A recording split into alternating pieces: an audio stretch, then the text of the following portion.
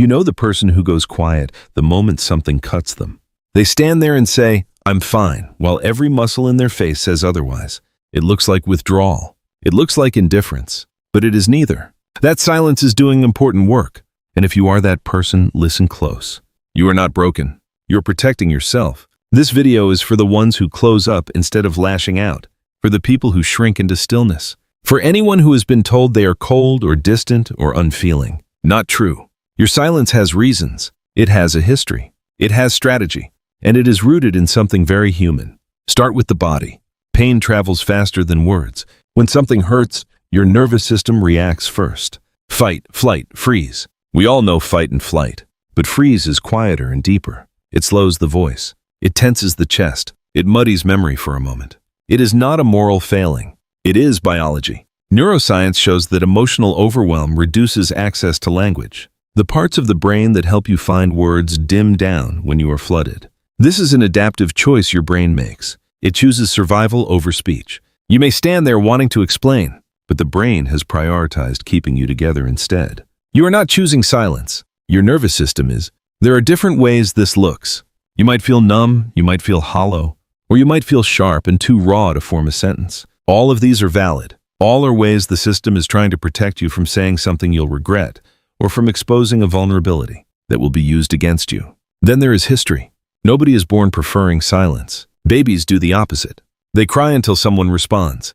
They demand comfort. Somewhere along the line, many of us learn a different rule. We learn that expressing pain costs us safety, relationships, or dignity. Maybe a parent dismissed you.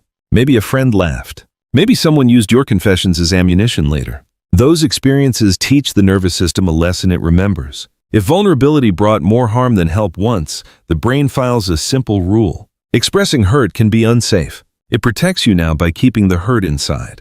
That decision once saved you. It helped you survive situations that were unpredictable or cruel. It was adaptive, and it often becomes the default. This is why silence is not avoidance in the lazy sense. It is a strategy. It served a purpose. It kept you intact. But the strategy has a cost. It isolates. It can leave you misunderstood. So how does silence actually function in the moment? Inside the stillness, your brain often works overtime. It isn't empty. It is busy. People who go quiet tend to engage deep reflection at those moments. Their minds run tests. They check memory. They simulate outcomes. They self-audit. Did I cause this? Have I been here before? What might happen if I say this now? Can I trust the other person with what I will say? This is not procrastination. It is analysis with care. Speaking before you know what you feel can amplify harm. For many of you, an impulsive word once created a relationship rupture. So now you wait. You prefer a slower, cleaner expression. You value accuracy over immediacy. That is integrity. There is another layer. Quiet people often protect others. You might sit silent because you love someone and do not want to inflame them further. You might know that a raw response will spiral, so you hold back to preserve the relationship. That restraint is compassion, not cowardice. Psychology gives us a useful phrase here: window of tolerance. This is the emotional zone where regulation and clear communication are possible. Inside the window, conversation can proceed. Outside of it, you are either numbed or overwhelmed. When you're flooded, language fails. When you're shut down, words feel dangerous. Recognizing this explains why forcing talk rarely helps. It widens nothing. It only pushes someone further outside their window. What helps is patience without pressure. That is hard to give. It is rarer than you think. When someone presses you to talk faster, it often confirms the old lesson. Your processing style is not legitimate. Your time is not respected. That can shut you tighter. Imagine instead a person who stays near. They do not demand. They hold a steady presence. They say, "I'm here when you're ready." They manage their own discomfort. They keep their tone calm. That kind of hold changes everything. It tells your nervous system that this time sharing will not be expensive. It makes it safer to come back into words. Research on attachment and emotional regulation supports this. People who process inwardly open up more when they feel no pressure to perform their distress for someone else's comfort. The trust that develops when a partner can sit through silence is potent. It repairs old lessons that vulnerability was dangerous. Over time, it expands the window of tolerance. So what does it look like when you finally speak? It is precise, it is honest, it is deliberate. You have allowed your words to be tempered by thought. You've checked your motives. You are unlikely to throw out wild accusations or weaponize a feeling to win. Your words tend to be measured and meaningful. They are conclusions, not raw reactions. This is emotional integrity. It is not unavailability. It is a refusal to let pain be wasted on a moment. It insists that what you say be accurate and fair. People who wait often make the most trustworthy speakers. Their statements carry a weight because they are filtered through understanding. That is rare in a culture of instant reaction. Yet you still deserve more than endure and only speak when perfect. The goal is not perpetual silence. It is gradual safety. Over time, the nervous system can relearn. It can discover that sharing sometimes leads to comfort instead of injury. This happens when the people around you become reliable. When they stop demanding immediate disclosure. When they show consistent compassion. Trust is rebuilt in small, repeated moments. If you are the one who waits, there are practical steps you can take to feel safer. Tell people what you need when you are calm. Say, when I'm quiet, it means I'm processing. Please don't take it personally. Offer a time cue. Give me an hour, or give me the rest of the day. Gives others a framework.